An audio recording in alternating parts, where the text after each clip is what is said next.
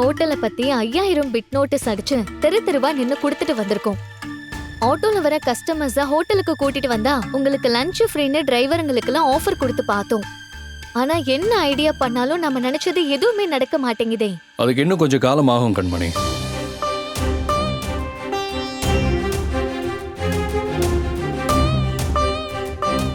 இப்பதானே விதை போட்டிருக்க, உடனே செடி முளைச்சிருமா? நீ நினைச்சதெல்லாம் உடனே நடக்கணும்னா அது சினிமாலையும் கனவுலையும் மட்டும்தான் முடியும். நீயே இப்படி நம்பிக்கை இழந்துட்டா அப்ப நான் என்ன பண்றது சொல்லு?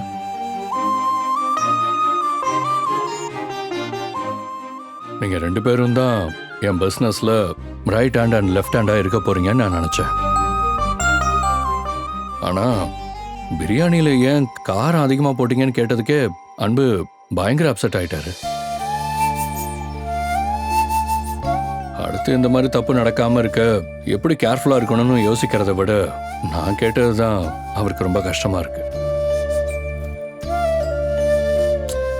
அன்பு, முதல்ல அதுல இருந்து வெளியே வாங்க. நீங்க உற்சாகமா இருந்தாதான் நான் நம்பிக்கையா இருக்க முடியும். கண்மணி, நீ ஆள் வரலன்னு கவலைப்பட்டுக்கிட்டே இருக்காத. நம்மளால முடிஞ்ச வரைக்கும் எல்லா முயற்சியையும் பண்ணி பார்த்துட்டோம். நீ என்னதான் நோட்டீஸ் அடிச்சு கொடுத்தாலும், ஆட்டோ டிரைவருங்களுக்கு ஆஃபர்ஸ் கொடுத்தாலும் இங்க வரணும்னு அவங்களுக்கு தோணணும்ல. வந்துதான் ஆகணும்னு நம்ம யாரையும் கட்டாயப்படுத்த முடியாது. அது கரெக்ட் தான் ஜீவா, நான் அவசரப்படல, எனக்கு புரியுது. ஆனா ஒரு தடவை அவங்க இங்க நம்ம கொடுக்கற தரமான சாப்பாட்டை சாப்பிட்டாங்கன்னா அதுக்கப்புறம் அவங்களாவே தானா வர ஆரம்பிச்சிருவாங்க.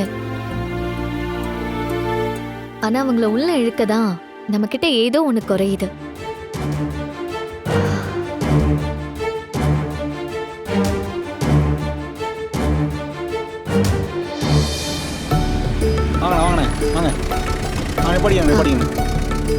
பாத்து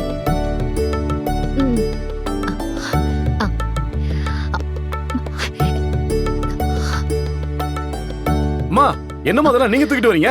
சொல்லிருந்தா நான் எடுத்துட்டு வந்திருப்பேனே. தம்பி, அது அங்க வைங்க. யார் எடுத்துட்டு வந்தா என்னென்ன, நம்ம கடைக்கு நாம தானே வேலை பார்க்கணும். பரவாயில்ல. தர்மலிங்க அண்ணங்க, அவர் அண்ணன் பையனுக்கு ஆக்சிடென்ட் ஆயிடுச்சாமா. அஷிஷோ, அதனால ஹாஸ்பிடல் போகணும்னு பர்மிஷன் வாங்கிட்டு சரளாவோட போயிருக்காருமா. அஷோ, உயிருக்கு ஆபத்து ஒண்ணும் இல்லல்ல?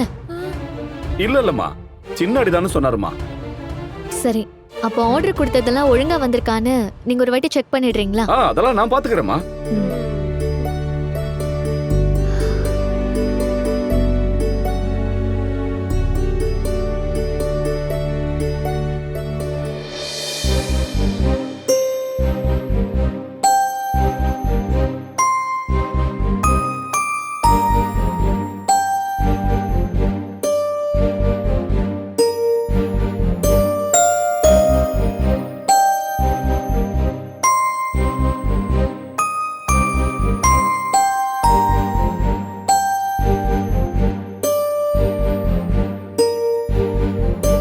என்னது இது? தம்பி, மளிகை ஜாமான் லிஸ்ட்ல 15 கிலோ தக்காளி வேணும்னு கேட்டிருந்தாங்க. அதான். ஆமா, நான் தான் கேட்டேன். ஆனா இதையும் வாங்கிட்டு வந்தீங்க. இப்ப என்ன பிரச்சனை? தக்காளி கேட்டு வெங்காயமா வாங்குனாங்க, தக்காளி தானே வந்திருக்கு. ஆனா நான் கேட்டது இந்த தக்காளி இல்ல, பெங்களூர் தக்காளி தானே கேட்டேன்.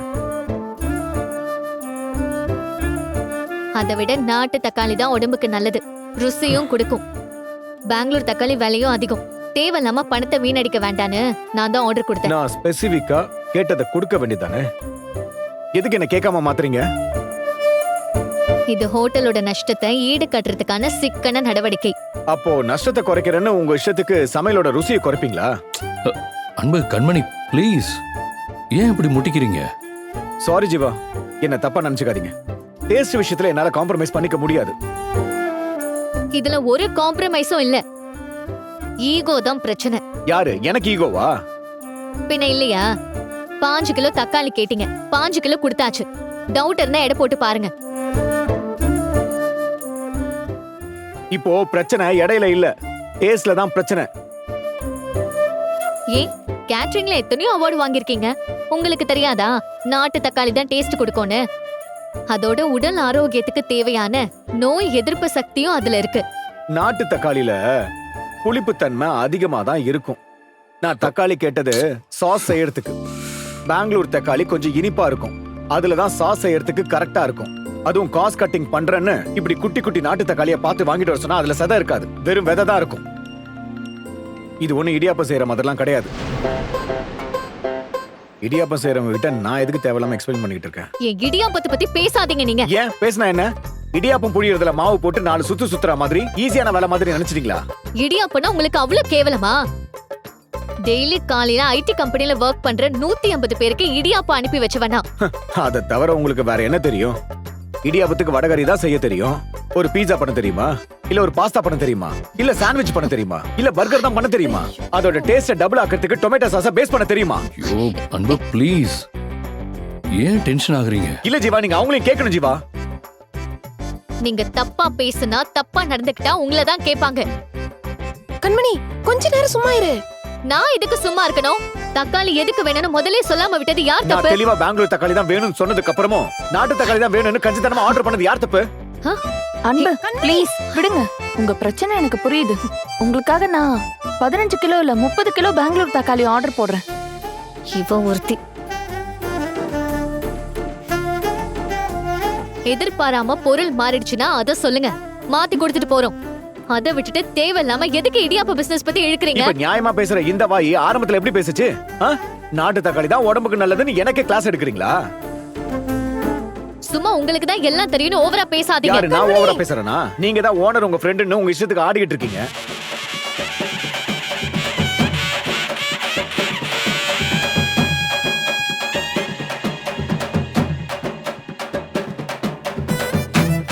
ஜீவா, என்ன ஜீவா இது?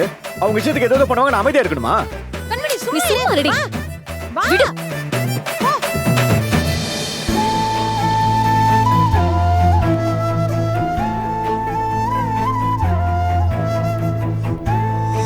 பொண்டாட்டிய போடி வெளியேன்னு துரத்தனவர எதுக்குமா நான் அறிமுகப்படுத்தணும்?